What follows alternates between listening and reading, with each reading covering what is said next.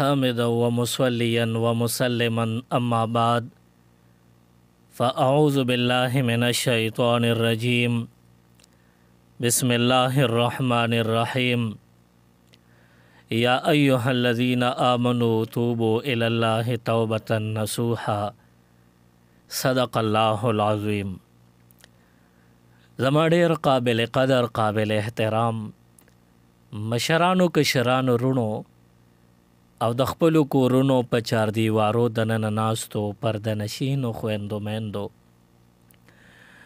د توبې حوالې سره الله رب العالمین مسلمان ته حکم کړی دی یا ایها الذین آمنو اے ایمان والو توبو الالله توبتا نصوحا الله ته پختا او پخا کلک توبه وباسه.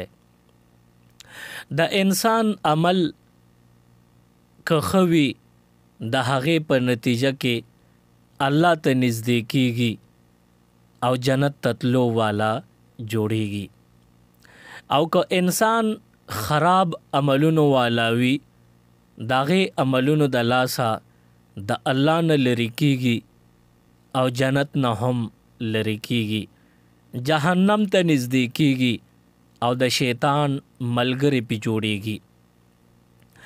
بعضې مسلمانان داسې وي چې هغوی د ګناه په وجه باندې د الله نه لرې لاړ شي د بنده او د الله ترمنځه ډېرې فاصلې را پیدا شي. هغه فاصلې د انسان نقصان وکي هم د دنیا هم د آخرت. انسان الله تعالی د خپل عبادت د پاره پیدا کړی دی او دغه عبادت کې انسان کوتاهی وکي داغې د لاسه دا انسان د الله د رحمت د نظرونو نه پریوزي او شیطان یې ځان ته رانږدې کی. الله پاک آدم علیہ السلام پیدا کړی دی او د آدم علیہ السلام ټول بچی تر د قیامت د ورځې پورې څومره پیدا کېدل هغه یې هم آدم علیہ السلام ته پیدا کړل. دغه وخت کې دغه ټولو انسانانو روحونو هغې نه الله تعالی وعده واغشته الستو بربکم آیا زه ستاسو رب نه یم؟ قالو بلا ټولو ورته وی ولې نه الله ته زمونږ رب نو مونږ الله تعالی سره د خپل جسم د پیدایش نه مخکې د آدم علیہ السلام په وړاندې وعده کړې ده پروردګاره ته زمونږ رب مونږ ستا بندیان یو.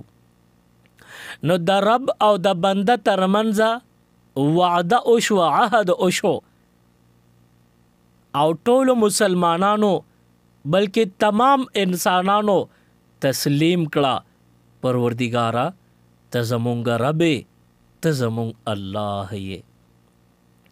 د هغې نه وروستو انسان چې الله کلم پیدا کوي حدیث مبارک کې راغلی دی دا بنده چې کله پیدا شي او دنیا ته راشي او سترګې کولو کې دی مسلمان وي دی په فطرت اسلامی پیدا کیږي د کافر په غیږ کې پیدا شي نو هم دی مسلمان پیدا دی.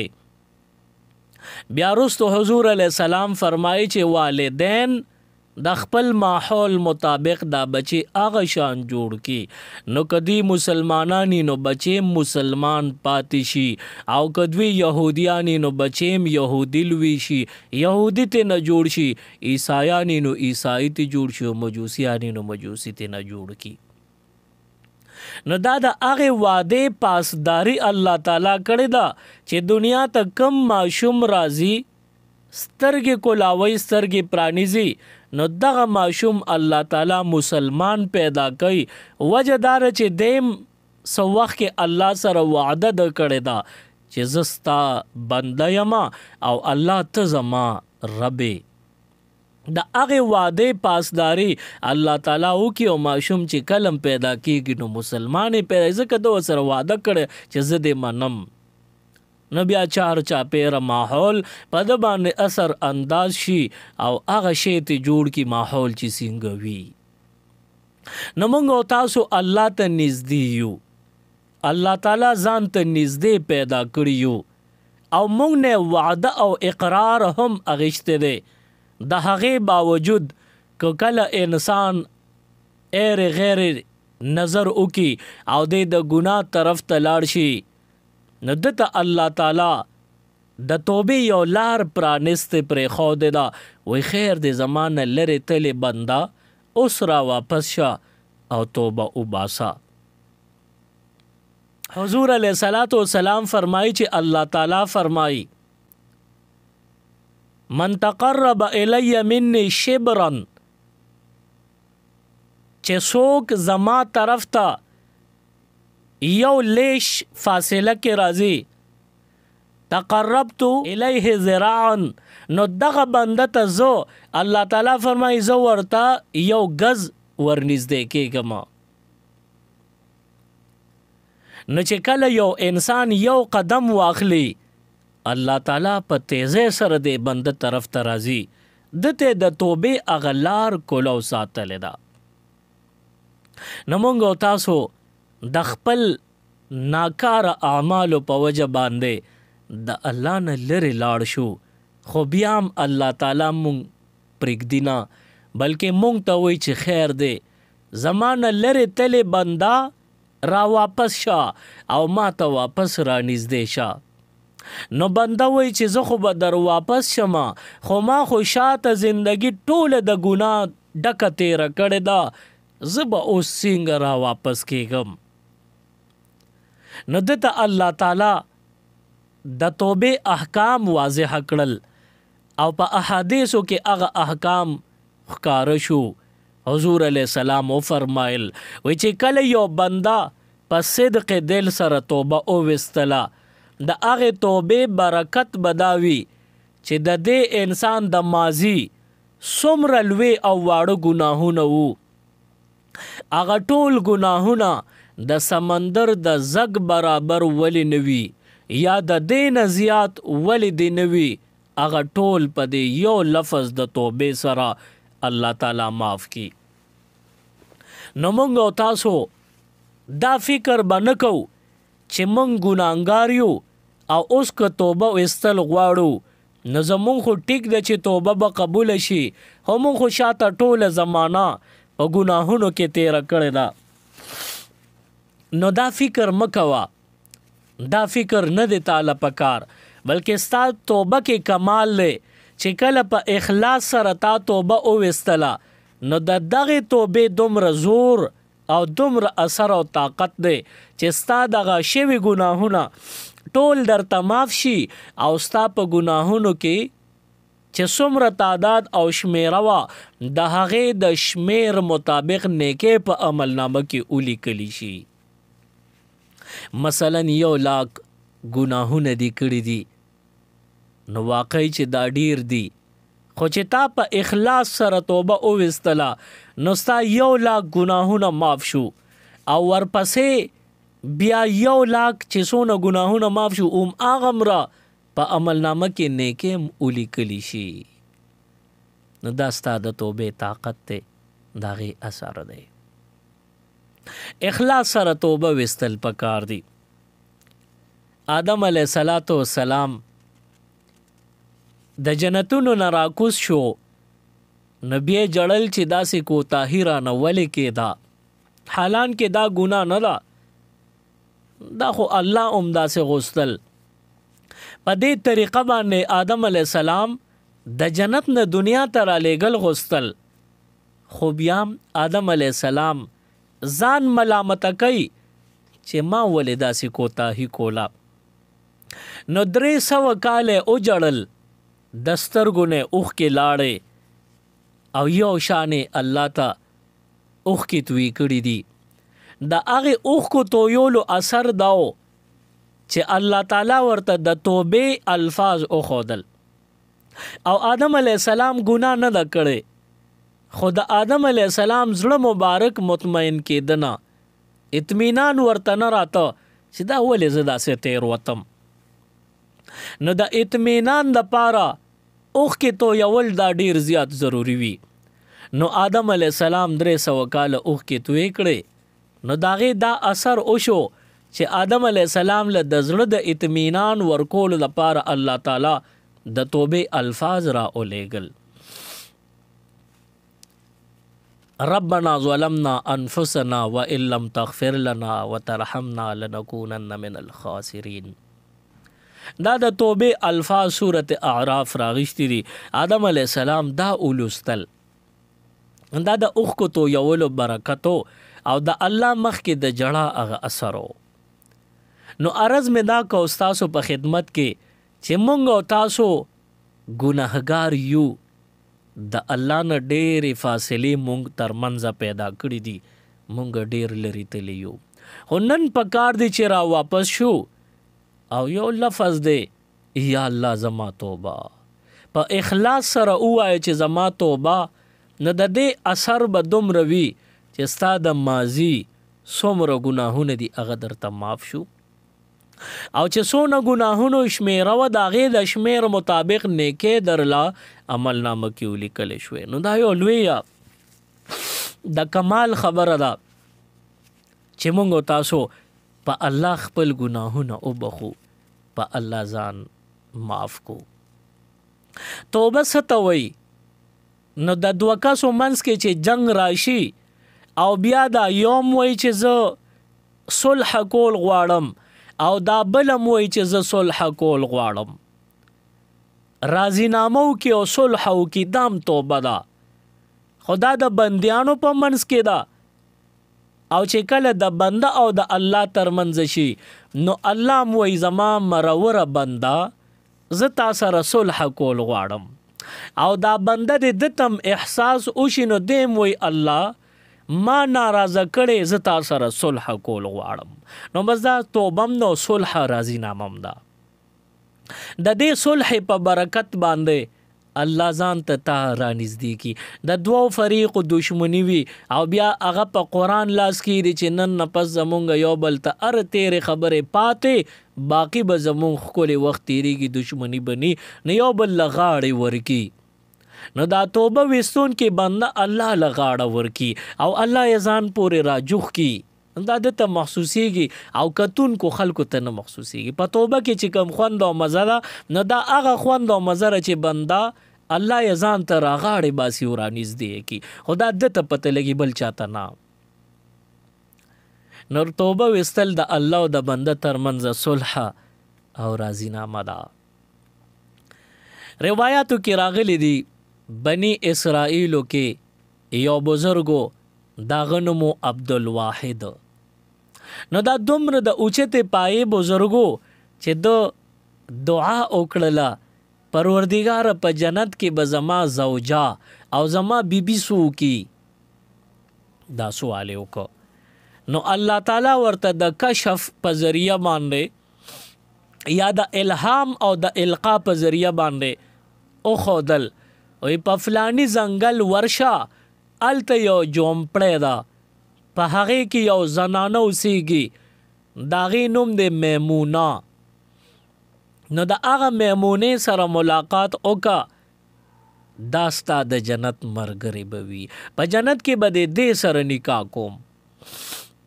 عبدالواحد نومې بني اسرائیلی بزرګ دی تللی دی هغې ځنګل ته.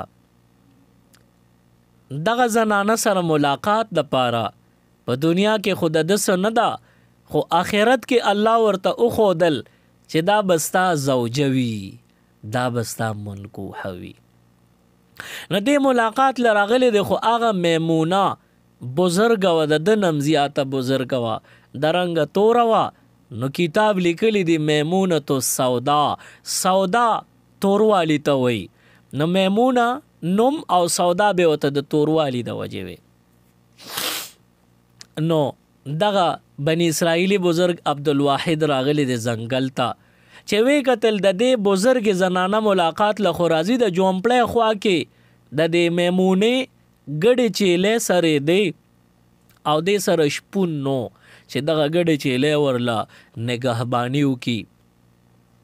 نو دغه وخت کې د ځنګل شرمخان راغلی دي او د دې ګډو چیلو څوکۍ یې کوله. نو د عبدالواحد نومې بزرګ دی حیران شو چې د ځنګل شرمخانو ته ګوره او د ګډو چیلو څوکۍ کولو ته ګوره، دا خو ډیره عجیبه ده. نو په دې باندې دی ډیر زیات حیرت کې واقع شو.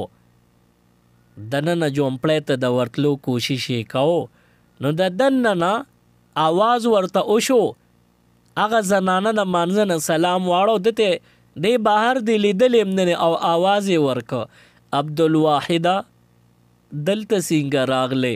ستا او زما نکاح او ستا او زما رشتہ داری خو په جنت کې الله مقرر کړی، ته دلته ملاقات لسله رالی. نو دی پیشو چې ما ته خو الله د کشف د الهام او د القا په ذریعه ښودل کوي او دا خو زمانم زیاته بزرګه. ما سوال کړی دی چې ما ته د جنت ملګری وښایه او د هغې نه پس ما ته الله کشف کړی دی. دی خو سوالم نرې کړی، زه له خواله رالم د جوپړی نه بار ولاړم او دی اواز راکړو ویې پېژندم. نو دا خو زمانم ډېره بزرګه ده. نو بیا ورسره د بار بار نه خبرې کوي. وایي ما دغه شان الله سره خبرې کولې او دعا مې کوله چې د جنت ملګری، نو الله راته وی چې دا د جنت ملګری ده. او بیا ته تپوس کوي وی ټیک د جنت کې خو به ملاقات کیږي، خدا راته ووایه چې دا بار ګډې چیلې وینم او د دې څوکیداري او نګهباني د ځنګل شرمخان کوي، دا کله داسې د دوی صلح شوې ده. شرمخکار داره چې دې ګډه چیلې ویني نو رانیسي او غار غارې کی وی خوري مړی کی. نو ورته وی چې د دې ګډو چیلو او د ځنګل د شرمخانو دا صلح کله شوې ده. نو میمونة السودا رحمت الله علیها د دننه آواز ورکوي، عبدالواحده کله چې زما او د الله ترمنځ راضینامه شوې ده، نو د هغې نه پس الله تعالی زما د ځنګل شرمخانو سره زما د ګډو چیلو راضینامه م کړې ده. دې نه معلومه شوه که مونږ او تاسو الله تعالی سره صلح وکړله نو زمونږ په دنیا کې هم خیر دی او په آخرت کې خو سراسر خیر دی. پکار دا دی چې مونږ هر وخت توبه وباسو، چې مونږ هر وخت الله ته متوجه یو، زمونږ به بیا الله تعالی امداد کوي. نو دا کوم واقع دا ما تاسو ته ذکر کړه، کتابونو دا ذکر کړی دا د بنی اسرائیل واقعه وه. راځئ چې نن د ښکلي پیغمبر مبارک صلی الله علیه وسلم د ښکلي ښکلي صحابه کرامو کې د یو صحابي واقعه معلومه کو، هغه هم همدغه شان واقعه شوې وه. وایي چې په صحابو کې یو صحابي د حضرت حبیب رضی الله تعالی عنه، وایي هغه ځنګل ته تللی دی او په ځنګل کې یې ځان له یو جومپړی جوړه کړې وه. په هغې کې عبادتونه به یې کول، شپه ورځې بس یو شان الله ته توجه وه. په دغه جومپړی او په دغه ځنګل باندې یو بل بزرګ تېرېده، نوجوان بزرګ دی چې تېرېږي ویې کتل دغه جومپړی باندې د بره نه څه انوارات نازلېدل، د نیکانو ته الله دغه برکتونه ښیي په نظر ورته راشي. نو دغه بزرګ دی جومپړی ته دننه ورغې، دننه چې ورغې نو ویې کتل، سلام یې وکړو. حضرت حبیب رضی الله تعالی عنه د دې بزرګ نه تپوس کوي نوجوانه ته څنګه دلته رالی؟ نو دې نوجوان بزرګ ورته وی چې صاحبه ستا په کور انوارات نازلېدل، دې ته چې ما وکتل نو ما وی چې دا خو د یو بزرګ زیارت کول دی او یو بزرګ له ورځم چې ملاقات یې وکم. نو حضرت حبیب رضی الله تعالی عنه ورته د برکت دعا وکړه او بیا د دعا نه پس خبرې شروع شوې. ورته داسې کې دا نوجوان بزرګ ورته وی چې بهر مې ګډې چیلې ولیدې چې هغه ستا دي او د ځنګل ازمري یې څوکۍ کوي، دا څنګه؟ نو وی دې کې څه راز دی؟ نو حضرت حبیب رضی الله تعالی عنه ورته فرمایي وای ما الله سره صلح کړی دا، راضینامه مې کړی دا، نو د ځنګل ازمري درندگان دي خو زما د ګډو چیلو سره ورله الله صلح کړی دا. نو دې ډېر حیران دی دا نوجوان بزرگ. نو بیا حضرت حبیب رضی الله تعالی عنہ ورته فرمای وی دا راته ووایه چې ته پیس کل غواړې او که شات خورې. نو دا نوجوان حیران شو چې په دې ځنګل کې د یوازې اوسېږي، د سره پی به کم ځای وي او شات به کم ځای وي او ګیر چاپېره څه ښکارېدلم نه چې ګنې د پیوم یو لوښې ډک دی او خوا شاتم پرتې څه نه په نظر راتلل. نو دې نوجوان ورته وی چې جی تاسو سم راکوئ نو زما دپاره سعادت دی. نو حضرت حبیب رضی الله تعالی عنہ سره خوا کې د لرګي نه یو کاسه جوړه شوې وه، هغه پرته وه او یو غټ کاڼی پروت و، داسې یو فوټ یو نیم فوټ کاڼی و هغه پروت و. هغې کاڼي ته پیاله ور جوخته کړه او د نوجوان ته مخ راواړو ورته اوس ووایه شا به پی درکم که شات درکم. دا نوجوان ورته وی چې څه دې راکړل.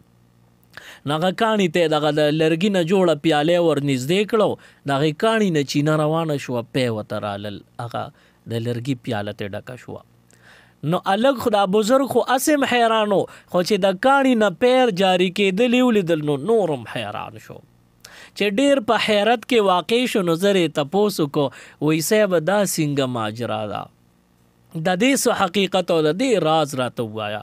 نه دې ورته وایي حضرت حبیب رضی الله عنه ورته فرمایي وایي د حضور علیه الصلاة والسلام امتی یما. وایي تا ته د بني اسرائیلو واقعات معلوم نه دي؟ د موسی علیہ السلام امتیانو موسی علیہ السلام لړستړی کړو، خو چې کله موسی علیہ السلام د هغې نافرمانه امت دپاره د الله نه اوبو ضرورت شو وغوستې، نه یو کاڼی پروت و په هغې کې 12 چینې الله جاری کړې. نو چې د موسی علیہ السلام په دعا د نافرمانه قوم دپاره د کاڼي نه 12 چینې جاری کېږي، نو زه خو د حضور علیه السلام فرمان بردار اطاعت گزار مطیع امتی یما چې د دې نافرمانه امتی دپاره د موسی علیه السلام په دعا چینه جاری کېږي د کاڼي، نو زه د حضور علیه السلام فرمان بردار امتی او صحابي یما، ولې زما دپاره به جاری کېږي نه. نو دا الګ ډېر حیران شو چې واقعي د حضور علیه السلام تابعداري ځان کې پیدا کا او الله تعالی سره صلح او راضینامه وکا. د دین پس چې ته څه غواړې دا دنیا هم ستا دپاره د ډیرو نعمتونو ډکه ده او آخرت کې دایمي همیشه همیشه نعمتونه به الله درکوي. نو پکار دا دی چې مونږ او تاسو هر وخت د ګناه نه پاک یو، هر وخت د ګناه نه پاک او استغفار ډیر ډیر وایو، توبې ډیر ډیر یو باسو، الله نه معافیانې ډیر ډیر غواړو چې ته هر وخت استغفار وې استغفر الله ربي من كل ذنب واتوب الیه. دا قسم الفاظ وې که دا نه درځي پښتو کې وایي یا الله زما توبه چې پسم ته ناراضه زه د هغې نه توبه وباسم معافي غواړم، دا قسم الفاظ وایه په دې به د الله بخي او معافي به درته کوي. بیا ته ګوره د الله رحمتونه تا سره شامل حال بوي، الله به ټول رحمتونه په تا نازل کی.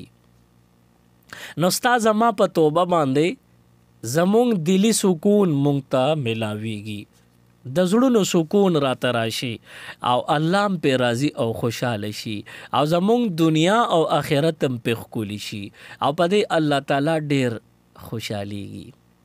چې کله بنده په اخلاص توبه وباسي نو لارې ورته بیا الله آسانوي. ای بني اسرائیلو کې یو قاتلو یو کم سل قتلونه کړیو، وی هغه یو راهب لاړو او وی ورته وی چې وی چې زه توبه وستل غواړم الله به مې معاف کی. نو ده ورته وی تاسو کړي دي چې ته هغې نه توبه وباسې؟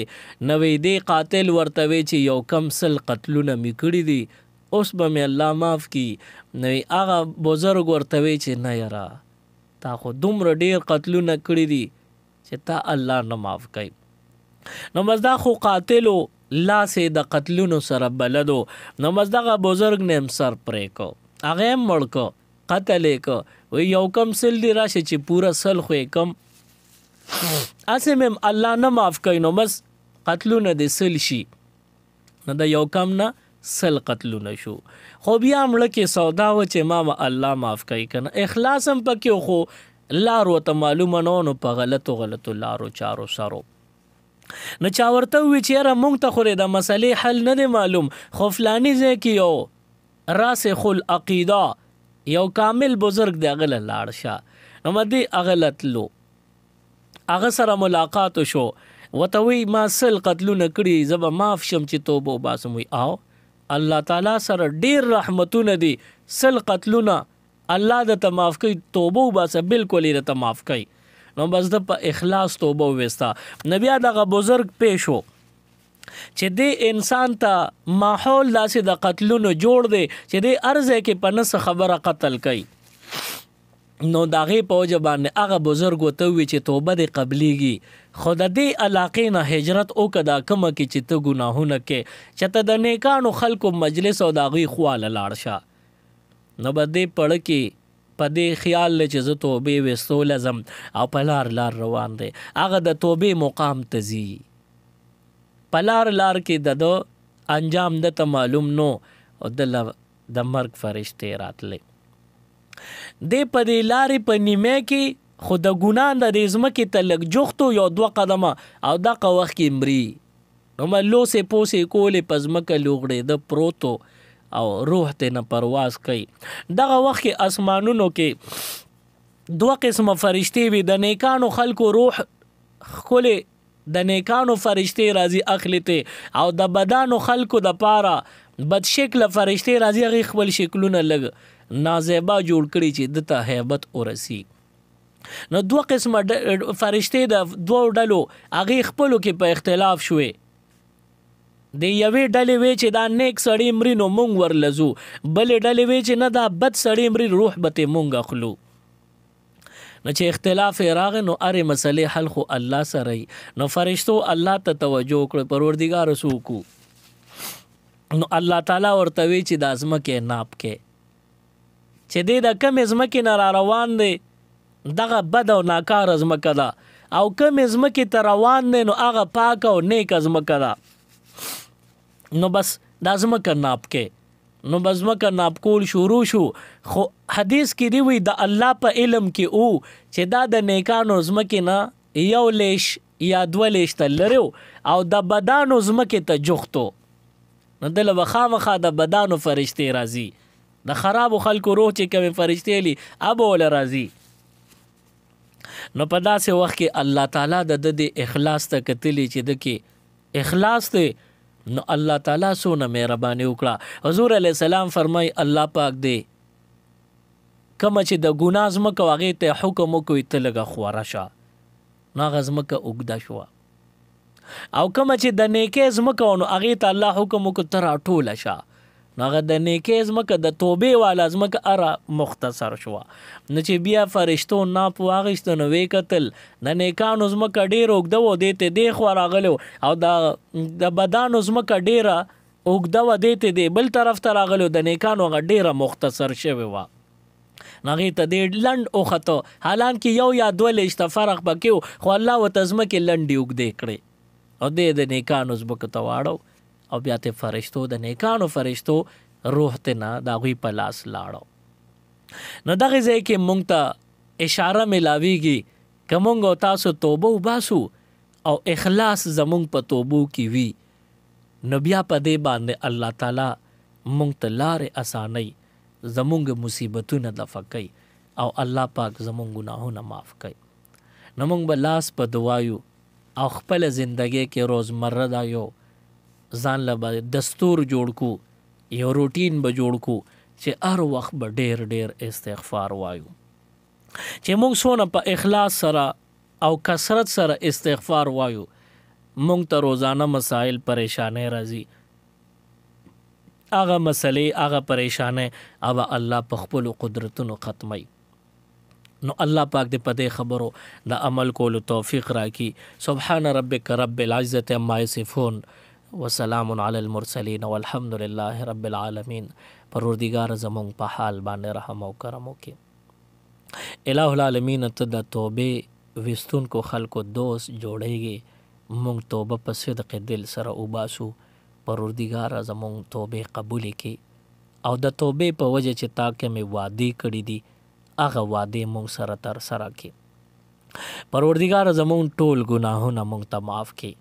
د ګناهونو کې داسې ګناهونه به وي چې به مونږ ته معلومي، څه به مونږ ته معلوم ني، څه به مونږ ته یادي، څه به راته یاد ني، څه به مونږ ته ګناه ښکاري، څه به راته نه ښکاري، څه به پټ وي، څه به ښکاره وي، څه به لوی ګناهونه وي، څه به واړه ګناهونه وي.